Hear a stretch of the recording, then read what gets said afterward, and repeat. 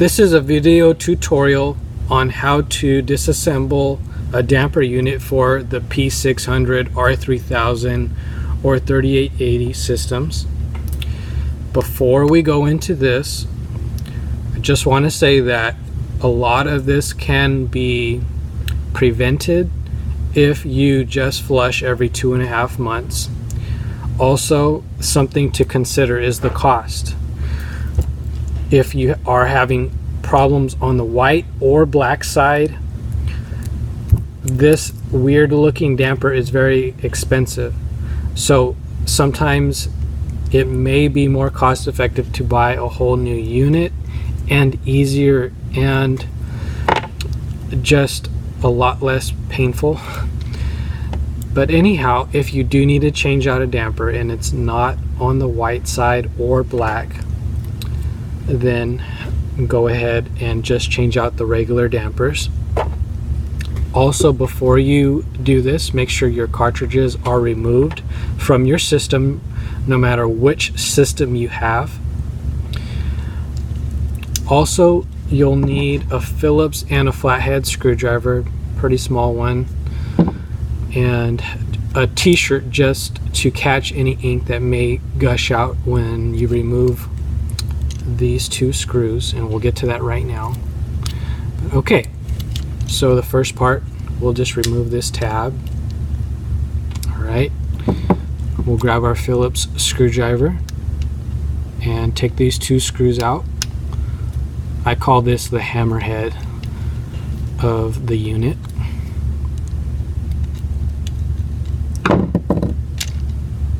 And you'll see why. It's kind of looks like a hammerhead. It has two screws that are really long, and these are the longest ones in the whole unit and the only long ones in the whole unit. Next, we have this back plate. It has two screws, and we'll remove both of those. The rest of the screws are all the same size in this unit, so no need to worry about putting different size screws in different areas. And then now we have this foil plate. Make sure you don't puncture any part of this area, because that's where the ink flows, and as we know, if you poke any part of this or puncture it, you won't have good ink flow and you'll have ink gushing everywhere, so you don't want that. Also, a lot of people call us about this hole right here. They get very paranoid. This hole comes stock with a printer, so it's not something that you did or you punctured. Okay, now we can remove this, set it aside. Now we can take off the screws off where they are mounted around the motor. There's one right here, one where the ground plate is. Very important you put that back once you take it off, and one right here where this plastic piece is. So we'll take off all three of those.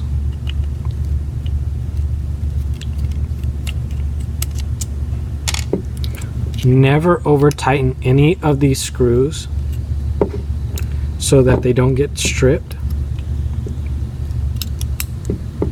They just need to be bolted down.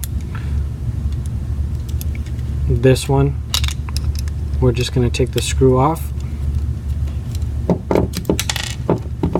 Then we lift this plate, this plastic little piece up a little bit, and then we can take off the motor.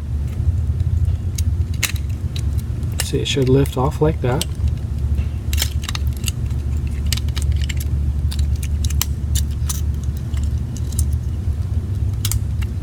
Okay. Now to the dampers.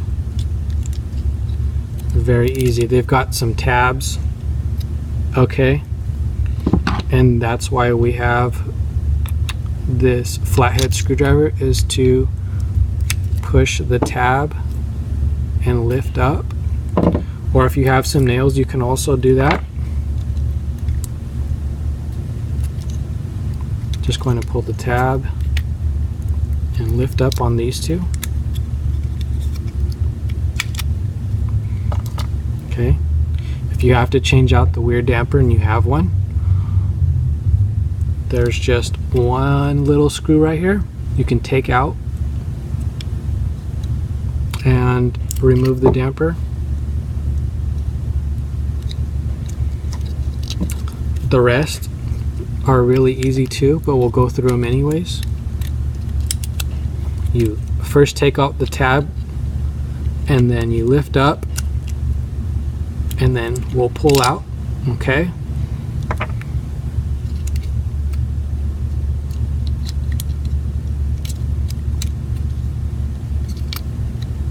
if for some reason it's difficult, you can just, on the opposite side, there's the tabs right there, you can just push down and it should release the damper.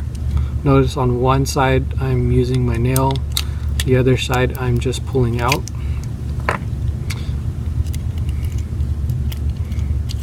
Alright, so all the dampers are done.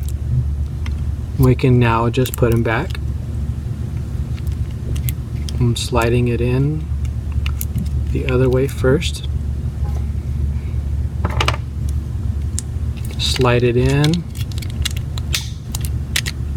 Make sure that these tabs are securely on there, because if they're not clipped in, you might have some ink flow issues. It's very important. If they break off for some reason, you need to start with a fresh damper. Don't try to be cheap. It's not an expensive part, so just replace the part and have some peace of mind knowing that your printer, the ink in your printer will flow properly. Okay?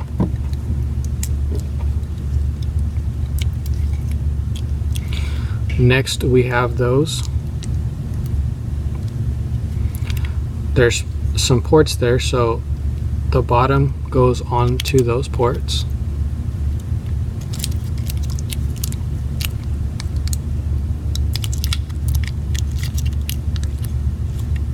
Make sure that they're clipped in. Okay.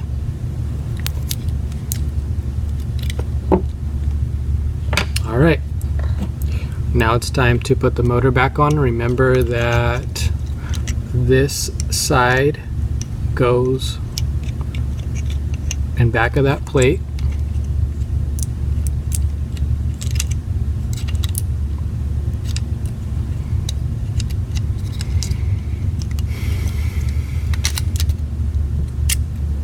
So, just for you to see.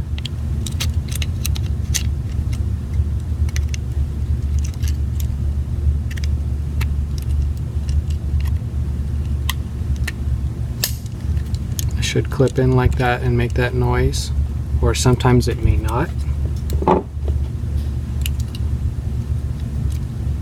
Just making sure that the ground plate is back in its normal position.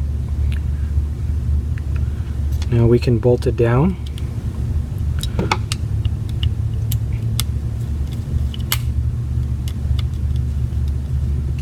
Got one screw.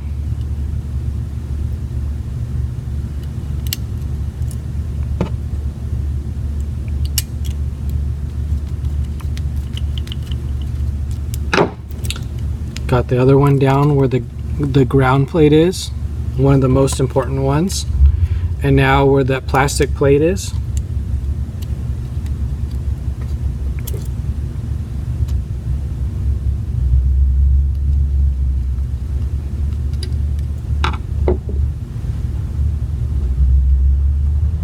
Okay.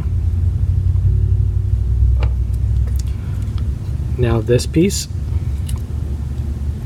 it's really easy to figure out where it goes because there's those two ports go with those two right there. You can just snap them on. And remember, no nails against this plate, just press once you've got it how it's supposed to be. And make sure that this is nice and snug because ink flows from the cartridge bay to the dampers through this piece. So it's very important that you press down so it's nice and snug and that you're confident that it's going to stay and that it's snug. Alright, now we have to put on the plate. That back plate, you remember.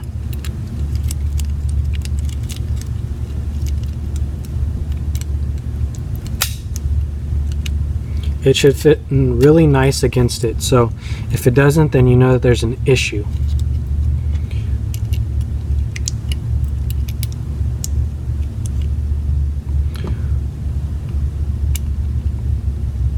Putting back the screws.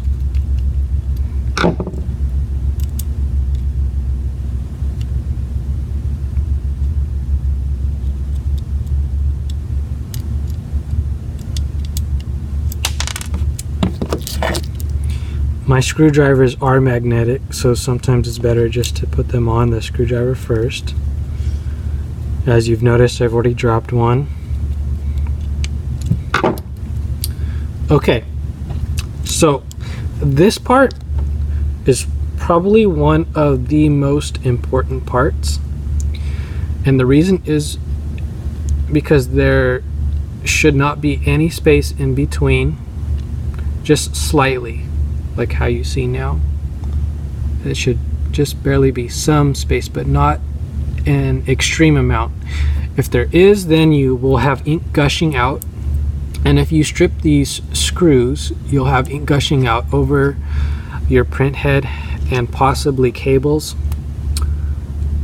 So once you see that there isn't much space and that you've tightened it,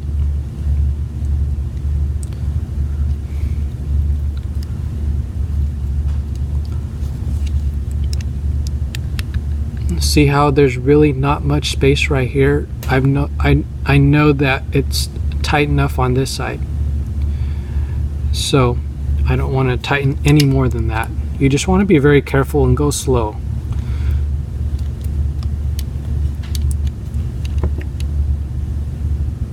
This is how it should look. Okay, there's really not much space there.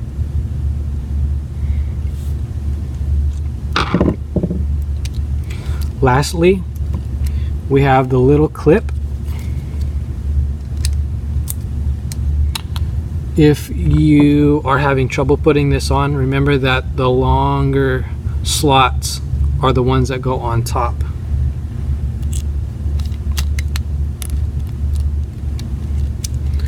They'll clip into this part right here. There's some teeth right there. And there you have it, folks, your damper unit. Not too hard, may require some practice, but if you follow this tutorial step by step, you won't have any issues.